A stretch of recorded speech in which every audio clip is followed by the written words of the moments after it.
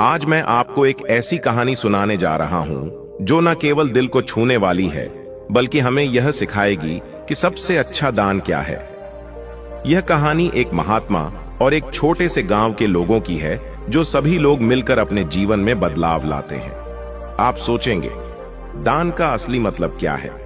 क्या यह सिर्फ धन देना है या फिर इसमें कुछ और है? इस कहानी के माध्यम से हम जानेंगे कि दान केवल भौतिक वस्तुओं तक सीमित नहीं है, बल्कि यह एक दूसरे के प्रति प्रेम, सहानुभूति और ज्ञान साझा करने का एक सुंदर तरीका है। अगर आपने अभी तक हमारे चैनल को सब्सक्राइब नहीं किया है तो कृपया कर लीजिए। तो चलिए कहानी को शुरू करते हैं। बहुत समय पहले की बात है। एक छोटे से गांव में एक साधु महात्मा रहते थे। वे अपनी बुद्धिमत्ता और करुणा के लिए पूरे क्षेत्र में प्रसिद्ध थे। लोग दूर दूर से उनसे मिलने आते थे और उनके विचारों को सुनने के लिए उत्सुक रहते थे। साधु महात्मा की एक विशेषता थी कि वे हमेशा कहते थे, सबसे अच्छा दान वही है जो बिना किसी अपेक्षा के किया जाए। गांव में लोग उनकी बातों को गंभीरता से लेते थे और अपने जीवन में बदलाव लाने की कोशिश करते थे। लेकिन एक दिन गांव का एक युवा किसान, जिसका नाम राजू था, साधु महात्मा के पास गया और बोला, महात्मा जी, मैंने सुना है कि आप दान के महत्व के बारे में बहुत जानते हैं। कृपया मुझे बताएं, सबसे अच्छा दान क्या है? साधु महात्मा ने राजू को अपने पास बुलाया और मुस्कुराते हुए बोले, यह एक बहुत अच्छा सवाल है राजू। चलो मैं तुम्हें एक कहानी सुनाता हूं। यह कहानी तुम्हें समझाने में मदद करेगी कि सबसे अच्छा दान क्या है। बहुत समय पहले एक समृद्ध नगर था जिसका नाम वैशाली था। वहां एक व्यापारी जिसका नाम हरीश था। वह बहुत धनी और शक्तिशाली था।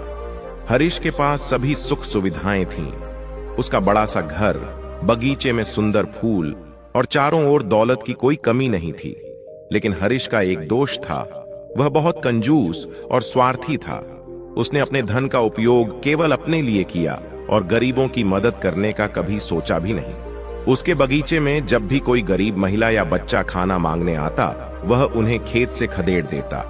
वह सोचता था, मेरे पास इतना धन है, लेकिन क्यों मैं इसे उन लोगों पर खर्च करूं जो खुद के लिए काम नहीं करते। एक दिन जब हरीश अपने बगीचे में बैठा था, उसने देखा कि एक गरीब महिला उसके बगीचे में आई।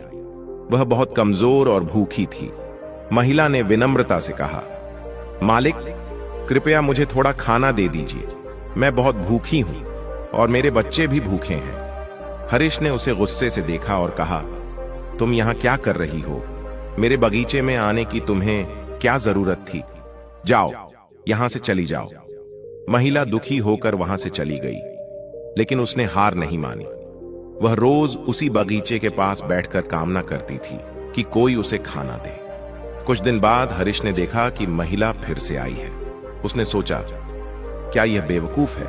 मैं इसे कैसे भगा सकता हूं? उसने फिर से उसे भगा दिया। कई महीनों बाद हरीश की सेहत खराब होने लगी।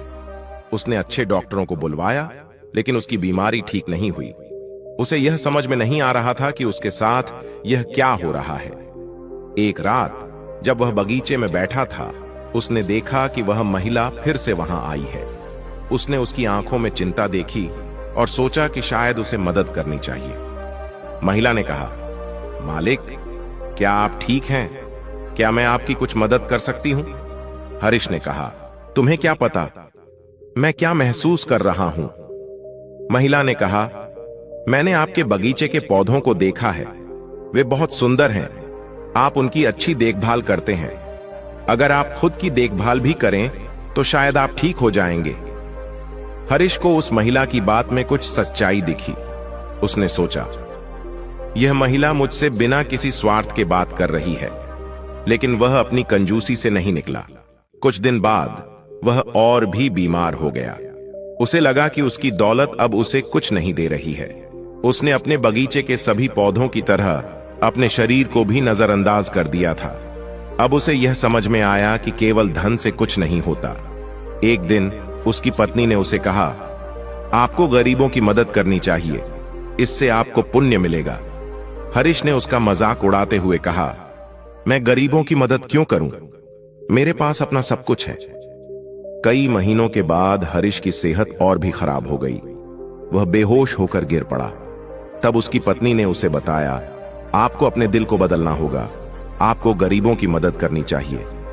हरीश ने सोचा और कहा, ठीक है, मैं कोशिश करूंगा। उसने गांव के गरीबों को बुलाया और उनसे कहा, मैंने गलत किया, मैं आपको आज से मदद करने का वादा करता हूं।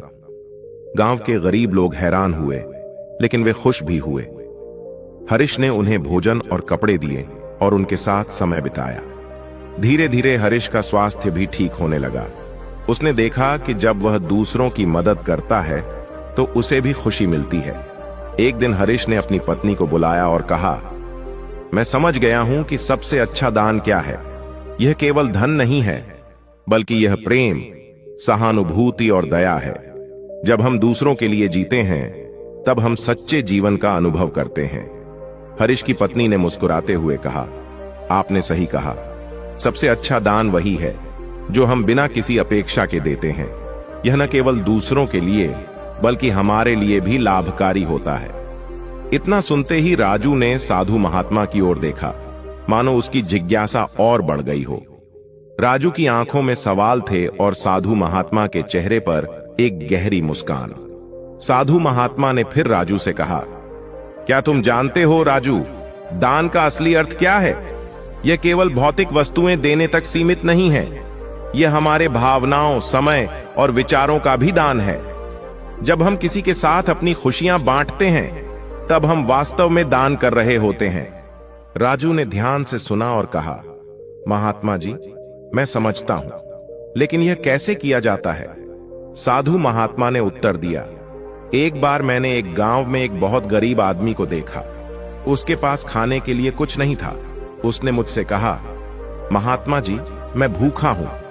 मैंने उसे खाना दिया, लेकिन साथ ही मैंने उसे यह भी सिखाया कि कैसे अपनी मेहनत से अपने लिए जीवन यापन कर सकता है।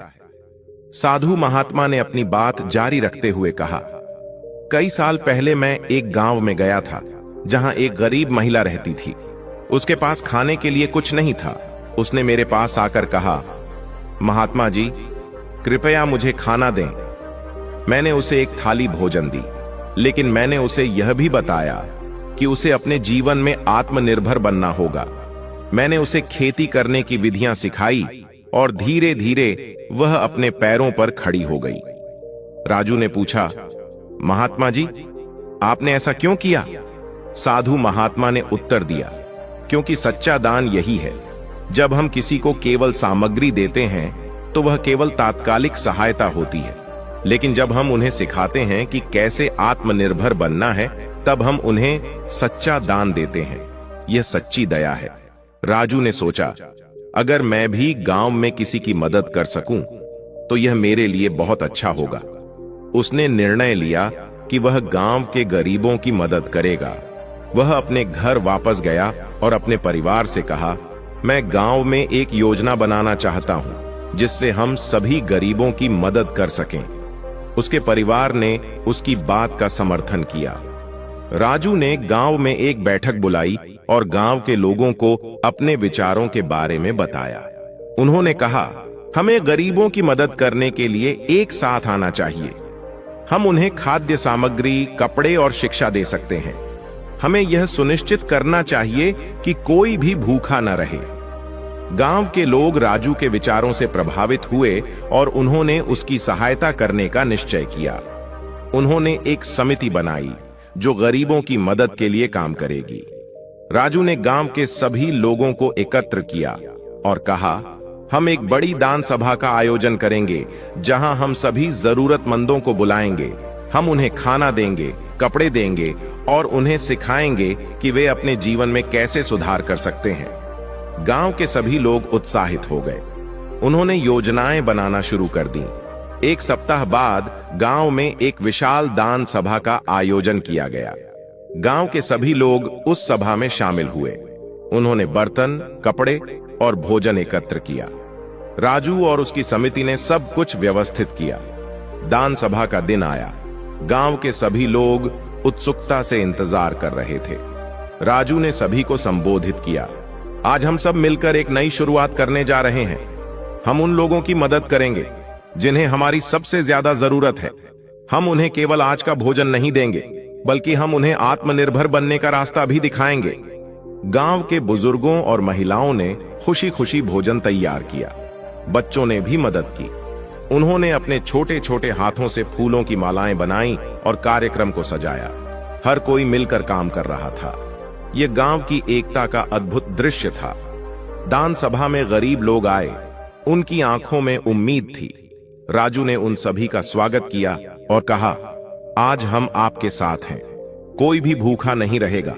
हम आपको केवल आज का भोजन नहीं देंगे, बल्कि हम आपको सिखाएंगे कि कैसे अपने जीवन को बेहतर बना सकते हैं। गांव की दान सभा में राजू ने न केवल भोजन और कपड़े वितरित किए, बल्कि उन्होंने सभी को बताया कि कैसे वे अपने लिए काम कर सकते हैं। उन्होंने कृषि तकनीकों, बुनाई और हस्तशिल्प के बारे में जानकारी साझा की।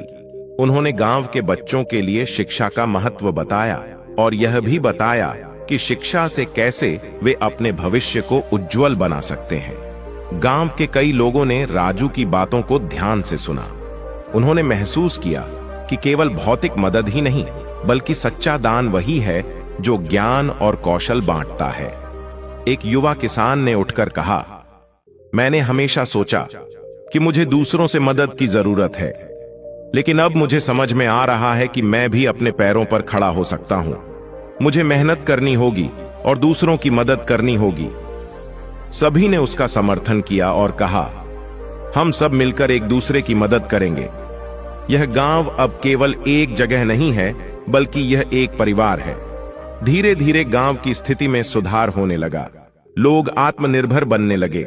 महिलाएं अपने छोटे छोटे व्यवसाय शुरू करने लगीं और बच्चे स्कूल जाने लगे। गांव में एक नई ऊर्जा का संचार हुआ। राजू की कहानी से प्रेरित होकर हमें चाहिए कि हम भी अपने जीवन में दूसरों की मदद करने की कोशिश करें। हम अपने ज्ञान, अनुभव और संसाधनों को साझा करें और समाज को एक बेहतर स्थान बनाने में मदद करें। याद रखें, जब हम एक दूसरे के लिए जीते हैं, तब हम सच में जीते हैं। तो दोस्तों, कैसी लगी आपको यह कहानी? आप हमें कमेंट में जरूर बताएं। और अगर अच्छी लगी हो तो इस चैनल को सब्सक्राइब जरूर कर लेना। तो चलिए फिर मिलते हैं अपने अगले वीडियो में ऐसी ही कोई नई कहानी के साथ। तब तक के लिए अपना और अपनों का ख्याल रखें, स्वस्थ रहें